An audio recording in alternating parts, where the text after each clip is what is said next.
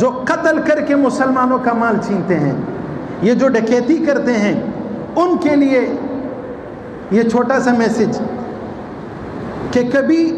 جب یہ کام کرنے نکلو تو ایک باری ضرور یہ سوچنا کہ تم جو کسی کو قتل کر کے ان سے مال لیتے ہو، اس مال سے تم بھی تو خوشیاں خریدتے ہو، اس مال سے تم بھی سکون چاہتے ہو، یہ مال تم اپنی اولاد کو کھلاؤ گے، اپنے بوڑھے والدین کا سہارا بننے کی کوشش کرو گے۔ ایک بار یہ ذرا سوچ کر اس کام پر نکلنا کہ جس بچے کو یا جس انسان کو تم نے موت کے آغوش سلا دیا، اس سے وہ مال لے کر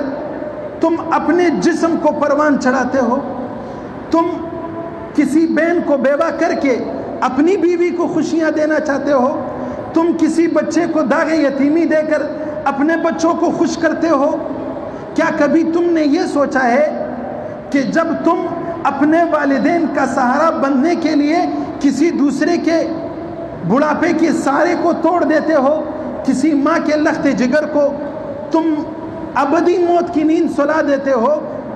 تم اس دنیا میں تو یہ سوچ سکتے ہو کہ رشوت دے کر، سورس لگا کر، اپنی حرام کی کمائی کے ذریعے تعلقات کی بنا پر، قرابت اور رشتہ داری کی بنا پر میں پولیس کے ہتھکڑی سے، جج کے قلم سے اور تھانے کی کال کوٹریوں سے تو بچ سکتے ہو، لیکن یاد رکھنا ان بطش ربک لشدید، تیرے رب کی پکڑ بہت سخت ہے۔ پھر جب تیرا رب تجھے پکڑے گا، پھر دنیا میں نہ کوئی سفارش تیری کام آئے گی،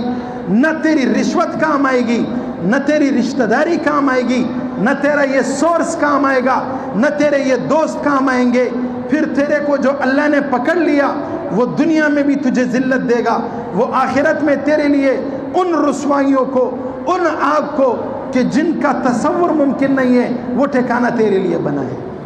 اس لیے کسی کے گھر کو اجاڑنے سے پہلے، اس لیے حرام کھانے سے پہلے،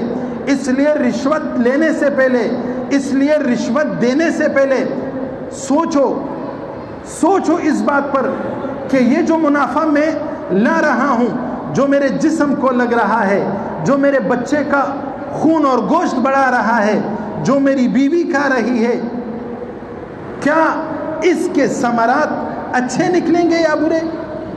ہم کانٹا بو کر گل کی توقع کرنا یہ عقل مندی ہے؟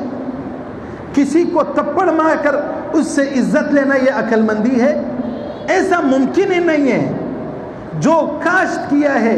وہی کاٹو گے،